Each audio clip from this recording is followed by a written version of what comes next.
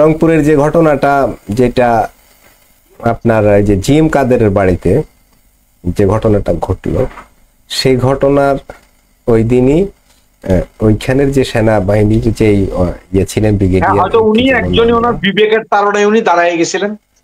হ্যাঁ, বিবেকে বাধা দিয়েছেন। একটা একটা স্টেটমেন্ট শুধু ওনার কাছ থেকে আমরা পাইছি। এর আগে সেনাপ্রধান একবার বলছিলেন যে এটা আর আমরা সহ্য করব না, কিন্তু অন্য কোথাও সব জায়গায় সহ্য হয়ে গেছে, শুধু ওই রংপুরে একটু দেখলাম যে একজন বিষয়টা সহ্য করেন নাই, উনি মোটামুটি প্রতিরোধ করছেন। এই যে 32 নম্বরের বাড়ি, এটা তো আসলে খালি শেখ মুজিবের বাড়ি না,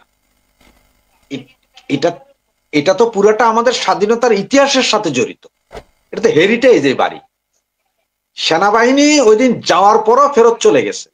সেনাবাহিনী দাঁড়াইয়া যদি এখানে বলতো যে একটা লোক ভেতরে ঢুকলে সব ফেলে দিব, কেউ দাঁড়াইতো না। কিন্তু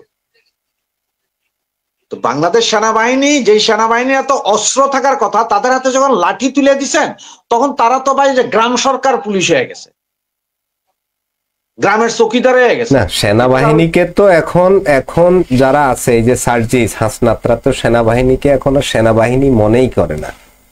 যে রাজপথে ওরা স্লোগান দিল না, হাসনাত নাকি কি ওয়াকার না হাসনাত, হাসনাত না ওয়াকার, এই স্লোগানের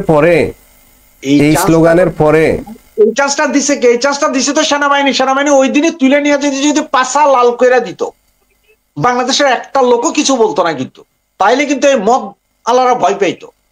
হাসনাত সার্জিসের মতো 2-4-5টাকে ধৈর্য নিয়ে ইচ্ছা মতন চটকে দেয়া, বলে সোজা রাজনীতি করো, কোনো সমস্যা নেই, সেনাবাহিনী নিয়ে কথা বললো না। তোমরা 5 তারিখে আমাদের ভাল লাগছে, আর এখন আমাদের ভাল লাগে না, কাহিনীটা কি? সেনাবাহিনী ওই মোরালটা কি? সেনাবাহিনী তো দেশটাকে, সেনাবাহিনী যদি সেদিন ওদের পক্ষ না নিত, তাহলে তো আর এই অভ্যুত্থানটা হয় না। সেনাবাহিনী ওদের পক্ষ নেওয়াতে সরকারের পক্ষ ত্যাগ করছে, এর ফলেই তো অভ্যুত্থানটা হয়েছে না? তাহলে সেনাবাহিনীর প্রতি ওদের একটা কৃতজ্ঞতাবোধ থাকবে না? কিন্তু সেটা তো আমরা কোথাও দেখিনি, ঠিক না? বরঞ্চ পদে পদে সেনাবাহিনীকে ইনসাল্ট করা হয়েছে, দেখেন এখনো করে যাচ্ছে। ইনফ্লুয়েন্সার, এই যে 4-5 জন যে বড় বড় ইনফ্লুয়েন্সার আছে, ইউটিউব ইনফ্লুয়েন্সার, ওরা যা বলে তারপর দিন কিন্তু দেখবেন যে হাসনাত, নাহিদ, আসিফ এরা সেম বলে। মনে যেন 24/7 ওদের সাথে কথা বলেই ইয়ে করতেছে। আর বর্তমানে যে সেনাবাহিনীটা আছে, এইটাতে আসলে এইটারও জামাতিকরণের চেষ্টা করা হইতেছে, মূলত জামাতিকরণের চেষ্টা। যেখানে যে আওয়ামী লীগ বা মুক্তিযুদ্ধের সপক্ষের যে শক্তিটা আছে, ওইটাকে কনভার্ট করে এটার পুরোটা জামাতিকরণের চেষ্টা করা হইতেছে। এই সেনাবাহিনী একসময় কিন্তু আফগান বাহিনীর মতো, ওই পাকিস্তান সেনাবাহিনীর মতো।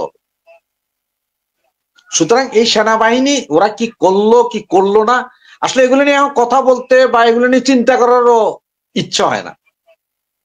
যেমন আমি বলি যে আওয়ামী লীগ আরো 3-4-5 বছর 10 বছর ক্ষমতার বাইরে থাকলেও কোনো সমস্যা নেই আওয়ামী লীগ। অত বাঙালি বুঝবে যে আসলে কোথায় কি হয়েছে, কোথায় কি করছে। এটা যদি ওরা আরো থাকে, এই দূরে থাকে, তখনই বাঙালি বুঝবে, আস্তে আস্তে বুঝতে থাকবে।